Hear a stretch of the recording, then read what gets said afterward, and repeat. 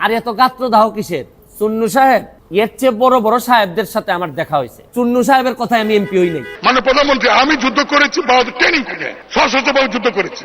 মানুষ speaker 2 minute সময় একটা গল্প বলে শেষ করে যাবো। এই নির্বাচনে যদিও আমি এলাকা থেকে নির্বাচন করেছি, কিন্তু সারা দেশের মানুষ সোশ্যাল মিডিয়ার মাধ্যমে যারা আমাকে চিনেন আমার জন্য দোয়া করেছেন। তা আমার ইচ্ছা ছিল যে এমপি হইলে জাতির ভালো হয়, দেশের ভালো হয়, এগুলো আমি প্রকাশ করব। এরই ধারাবাহিকতায় আমি যে কাজটা করেছি এটা হচ্ছে কি, এমপি হওয়ার পর জননেত্রী শেখ হাসিনার যে সরকার, এই সরকার আমাকে যা যা দিয়েছেন আমি এগুলা প্রকাশ করেছি। আমি আমার বেতনের কথা বলেছি, আমি কত টাকা বরাদ্দ পেয়েছি।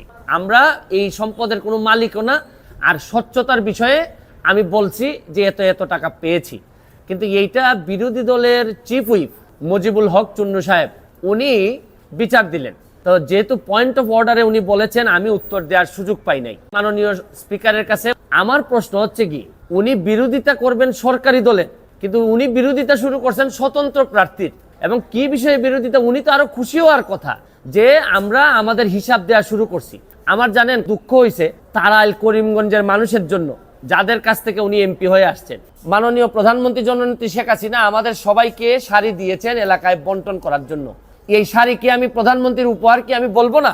এটা কি আমি বিক্রি করে দিব? তা আমি বুঝলাম না স্বচ্ছতার মধ্যে প্রবলেমটা কোথায়। আমি যদি স্বচ্ছ হইতে চাই, আমি যদি যে বরাদ্দ পাই বলি জনগণকে, তো এইখানের মধ্যে এমপি হিসাবে আমি অপরাধটা কি করলাম? এমপি কিন্তু আমার পেশা না, আমার পেশা হচ্ছে কি বিং এ ব্যারিস্টার। আর আমি কথা দিছি যে আমি এমপি হিসাবে একটা টাকা হারাম খাবো না, আমার রক্তের মধ্যে হারাম যাবে না। সুতরাং রাষ্ট্রের টাকা, জননেত্রী শেখ হাসিনার সরকারের টাকা, এটা যে টাকা আসবে এটা আমি সবার সামনে তুলে ধরবো।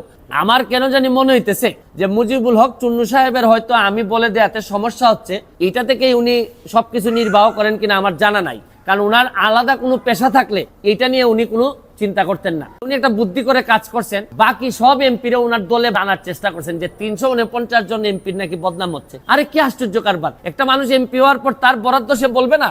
স্বৈরা শাসক এরশাদ, যিনি সারা জীবন এরকম জোর জবরদস্তি আর টাকা বানানো ছাড়া তার নেতা কর্মীদের খুব বেশি কিছু শিখাই যান নাই, যারা অনেক টাকার মালিক হয়েছেন এরশাদের আমলে। উনি বঙ্গবন্ধুর আদর্শের সৈনিকের, প্রকৃত আদর্শের সৈনিকের মুখোমুখি এই প্রথম সংসদে হয়েছেন মনে হয়। আর এত গাত্রদাহ কিসের?